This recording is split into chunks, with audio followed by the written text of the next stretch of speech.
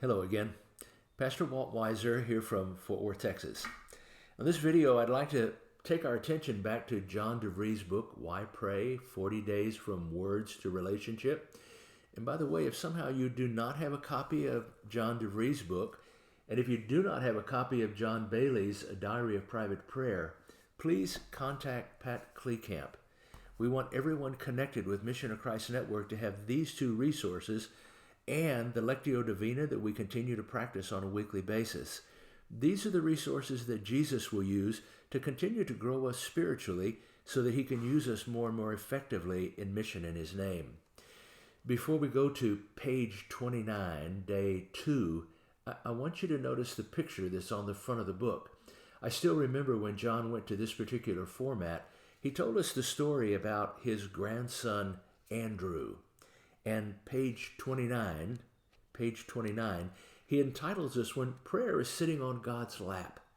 And then he tells this story. My wife and I are blessed with 13 grandchildren as of this writing. That sounds like a whole lot of grandchildren to keep up with, if you ask me. The oldest is 10, and 10 of them are boys. In that crowd is 6-year-old Andrew, whose other set of grandparents, Nana and Papa Dykstra, are dairy farmers in Nova Scotia. And that's a long, long way from Texas. When he turned 6, Andrew spent a week with Nana and Papa Dykstra on their farm, helping in the barn and on the tractor. Of course, Nana and Papa doted on him as loving grandparents will, telling Andrew they just couldn't imagine how they got along on the farm without him. And then John says, since then, I've often thought of little Andrew on Papa's lap as they lumbered off on the tractor to do some field work. This image strikes me as a picture of myself in prayer. Prayer is a dependent relationship in which I sit on the lap of my Heavenly Father and put my hand on His as He steers the tractor. After all, He not only owns and drives the tractor, but He also owns the farm. And then John says, see yourself in a prayer relationship, in a relationship of dependency, trusting God to guide you. See yourself in a prayer relationship, in a relationship of dependency, trusting God to guide you.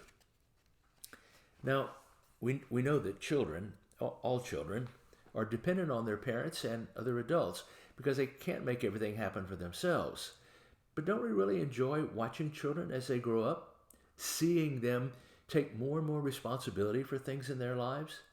And isn't it our responsibility to help them and encourage them to take more and more responsibility so that as they grow toward adulthood, they can become more and more independent?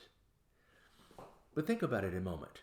Is this moving in a backward direction for us to begin to talk about a relationship of dependency once again? That's what John said. See yourself in a prayer relationship, in a relationship of dependency, trusting God to guide you. Or our core mission values, core biblical values. The first one says, the mission belongs to God and begins in the heart of God. I took a picture so I could have them readily available on my phone. We need to look at these regularly so they become a part of us. The mission belongs to God and begins in the heart of God. That means we need to realize who's in charge, who leads, and who follows. We're in a relationship of dependency.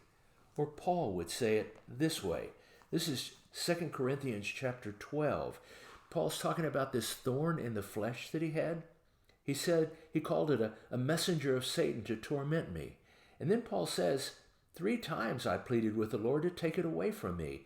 But he said to me, my grace is sufficient, for my power is made perfect in weakness. And then Paul utters what seemed like an absurd line to me. Therefore I will boast all the more gladly about my weakness, so that Christ's power may rest on me.